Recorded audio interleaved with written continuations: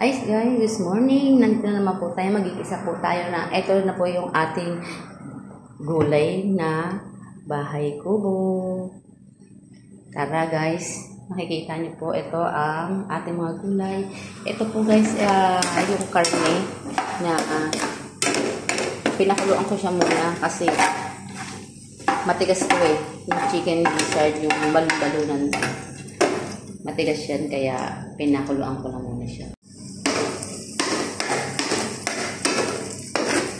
Ito po guys, sibuyas, bawang, igisa natin. Kaya ko po nilagay nito sa gilid kasi pinakuluan ko na siya kanina. Ayan. Tapos idadami na tapos isasama na natin siya mamaya. Guys, ito na po. Medyo natulog po. Ilagay na natin yung mga gulay niya. Ito na po yung mga gulay niya. Ilagay natin yung mga gulay.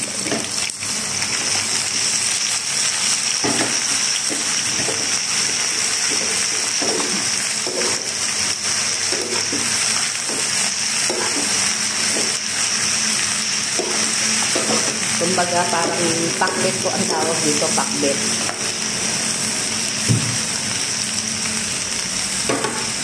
Siyempre, meron tayong talong. Nakakasawa naman dito kasi guys, lagi ang manok.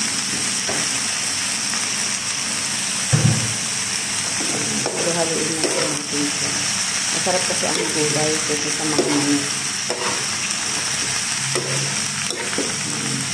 Tapos, kaya ko lang siya ng asin, kapaminta. Hindi po ako nagbe-betching, guys. Tapos, konting tubig. Guys, ito po, guys. Naluluto na siya.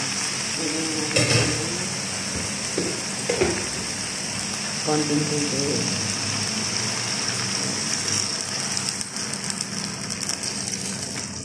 Para may sakit siya.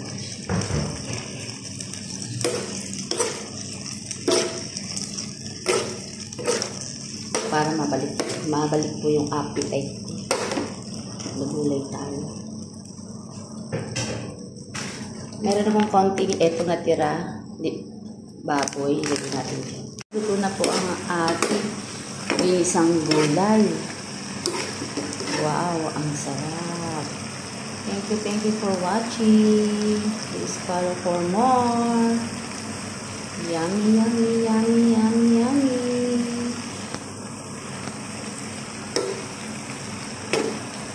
Ang sarap guys.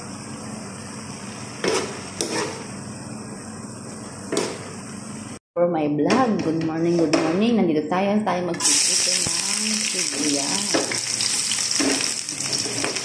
Aray ko. Galit ba yung mantika? Bawal na galit. Kahit wala tayong pera, kailangan lagi pa rin tayong do. Guys, ito lang po ang aking ulam sa pananghalian. Kasi kahapon isda. Pinarito. Ngayon, alam niyo ba kung ano to? Ito po ang sardinas dito sa UAE. Ayan na po ang aking ulam. Akala nyo ang mga OFW hindi nakain ng sardinas. Nakain din sardinas. Yan ang aming pangunahing ulam dito at noodles. Nagkalam na naman ako ng noodles. Hindi po ako nabili. Ito pa dito. Ito ang sardinas ng Dubai. Naubat ko yung gatang sardinas sa Pilipinas. Masarap naman siya.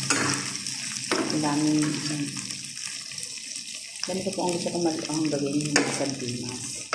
Tapos, ilagay sa lata. Preservative.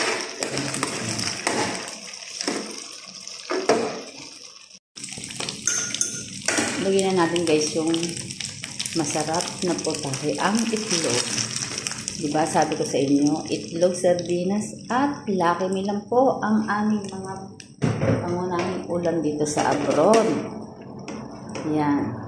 Lagyan natin siya ng paminta. Lagyan din natin siya ng asin. Pati nga ang mga taga-Pilipinas, lagi masarap ang ulam. Dito ang hirap. Gusto man namin na masarap, puro manok, noni. Konting ganito na lang po ito, maluluto na. Okay guys, thank you for watching. Please follow for more. Comment na po kayo, ano po kayo babalikan. Thank you.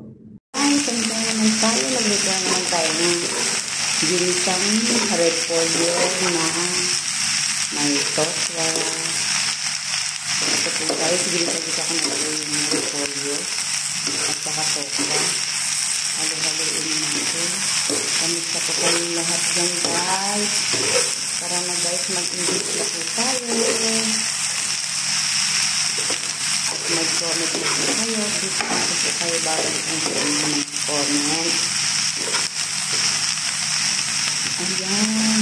Halo-haloin na po natin. Bigyan ko na po ito ng panila at asin. Bigyan ko ng margarine.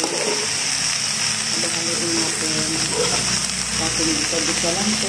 Ito po ang ulam namin ngayon. Tanghali.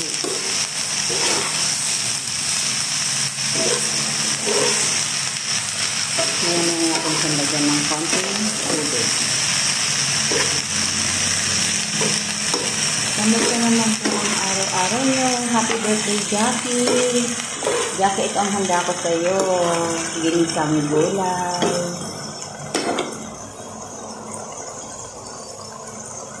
Lagyan na natin siya guys ng konting tubig. Kasi magtutubig naman po yun. Konti lang para lumambot-lambot naman yung mabilis itong ating niluluto. Ganyan lang po yan guys. Simpleng ulam, simpleng buhay ay kay ganda. Mayroong itim, mayroong saya. Lahat ay di mapakali sa aking mga gulay. Sama-sama, kaisa, kahit sino ka pa. Bye, thank you for watching. Salamat.